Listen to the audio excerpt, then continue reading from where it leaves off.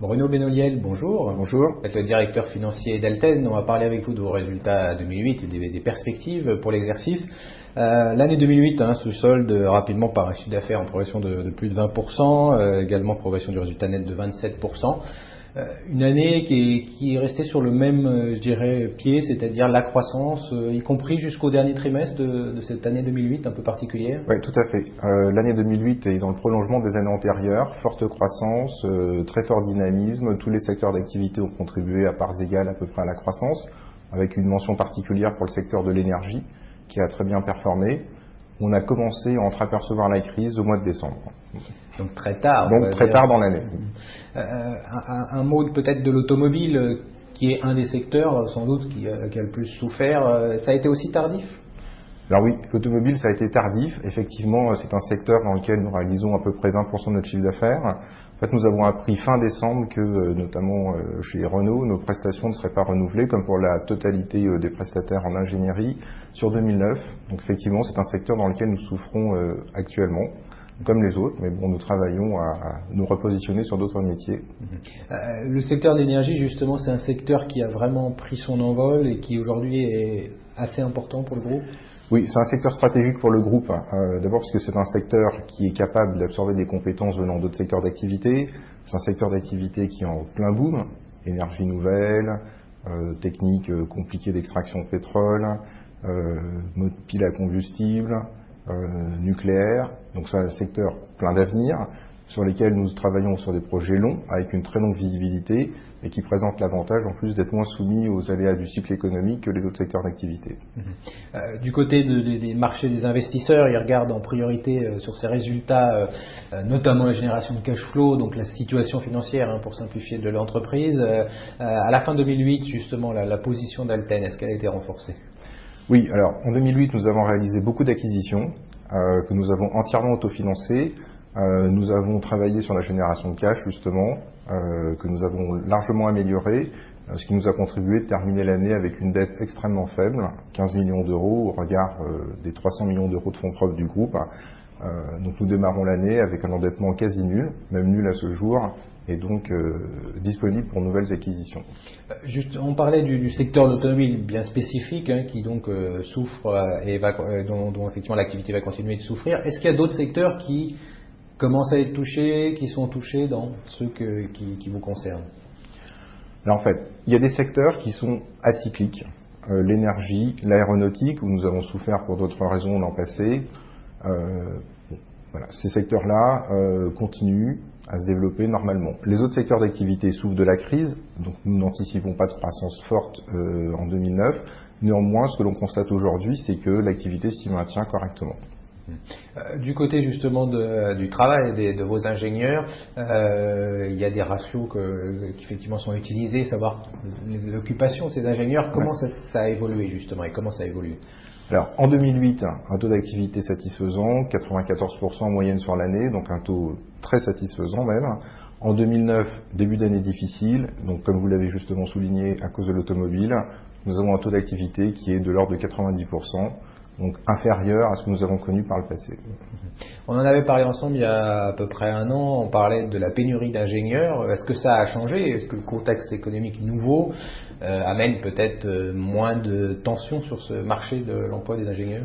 Alors, à moyen terme, on sera sur un marché de pénurie d'ingénieurs. C'est vrai que dans le contexte particulier de la crise actuelle, on a moins de difficultés à trouver des ressources, encore que, la crise aidant, les gens sont réticents pour changer de job, et donc lorsqu'on cherche des compétences particulières, contrairement à ce que l'environnement pourrait laisser penser, ça reste compliqué.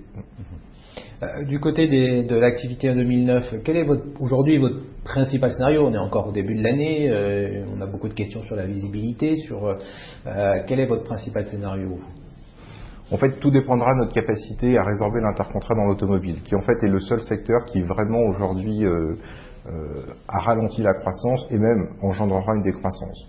Donc notre scénario central, c'est que les autres secteurs d'activité, en particulier l'énergie, compensent la décroissance dans l'automobile, et on s'attend donc à une croissance organique comprise entre 0 et 3% sur l'année.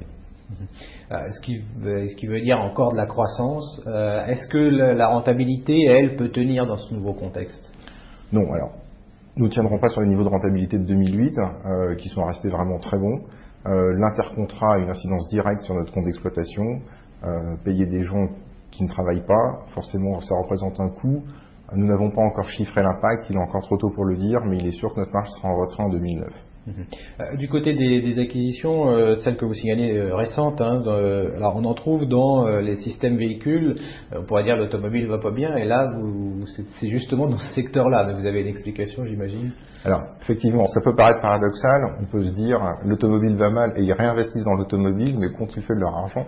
En fait, nous avons investi dans une société qui est une société qui possède des technologies extrêmement particulières sur ce qu'on appelle les activités de contrôle moteur, c'est-à-dire tout ce qui touche aux motorisations liées aux énergies nouvelles, puis la combustible, moteur hybride, etc.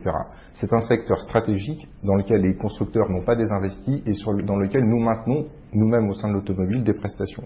Donc c'est une bonne façon pour nous de continuer à prendre une position stratégique chez les constructeurs automobiles et donc de maintenir pour l'avenir notre lien avec eux. Du côté du premier semestre, vous dites que vous allez mettre des mesures en place en quelque sorte pour tenir dans ce nouveau contexte. Quelles sont les principales mesures qui peuvent vous permettre justement de faire face? Il y a des mesures de plusieurs ordres. Les mesures les plus simples sont celles qui consistent à couper les coûts, comme tout le monde, ce que nous faisons, bien évidemment. Ensuite, il y a des mesures plus structurelles qui consistent à réduire l'intercontrat, c'est-à-dire à réallouer les compétences des ingénieurs qui aujourd'hui n'ont pas de projet dans l'automobile vers d'autres secteurs d'activité, soit en les formant, soit en laissant le turnover naturel faire son effet.